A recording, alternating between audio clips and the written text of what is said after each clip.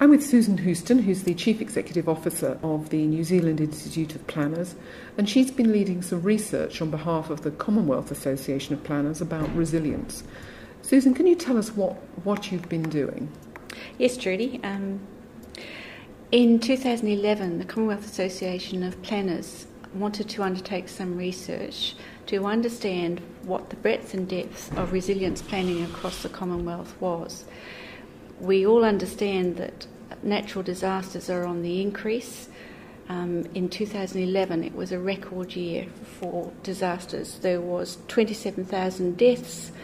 There was $850 billion worth of damage done and insurance claims lodged for natural disaster impacts around the globe. So it's very much on the increase and around hydrological and climatological factors. Land use planners have a very strong role to play in preparing communities and planning for resilience within those communities to minimise the impact of natural disasters, be they earthquakes, flooding, volcanic eruption, tsunami, etc., etc. So CAP wanted to understand what kind of planning practice was going on around the Commonwealth. We undertook a survey in 2012 to get some sense of that. We found that very few countries within the Commonwealth had a strategy prepared, a resilience strategy prepared that would allow them to mitigate the impact of natural disasters. Very few had the data needed to make informed decision making around preparation for natural disasters.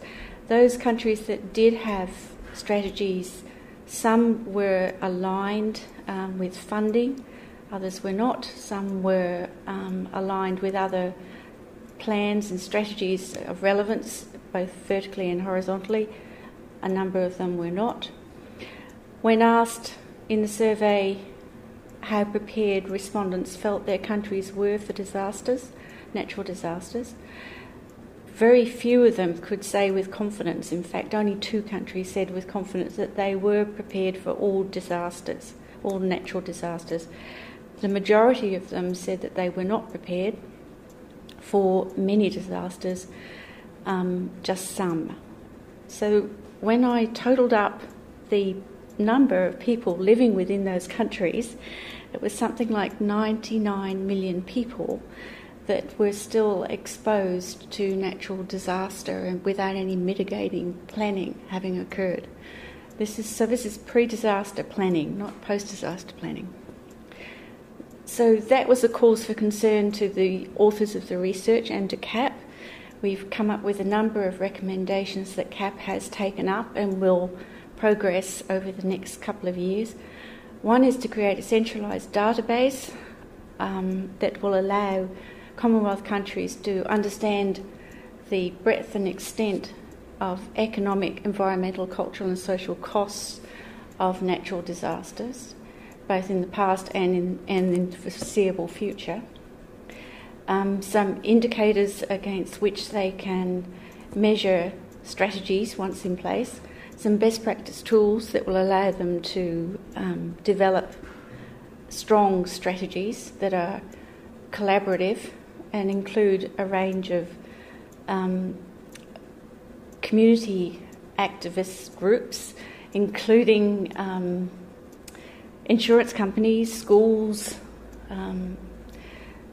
a whole range of educators, a whole range of folk that need to be inputting into that strategy to make it a strong one.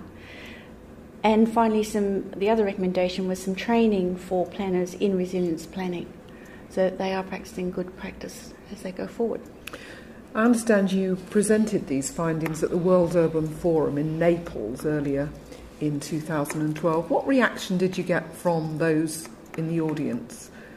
Did it resonate with them? I think it did. I think it's resonating with a whole range of people. Wherever I've spoken on this subject, people have been both shocked at the extent of natural disasters and certainly that they're on the increase, and comforted and I guess supportive of going forward, developing resilience planning much more and putting a much greater focus on it than what has gone on in the past. So yes, very much. I wouldn't say it's not a fad. It is here to stay, and people are beginning to grasp that, and land use planners in particular beginning to understand the role that they have to play in that protection of their communities. Thank you, Susan.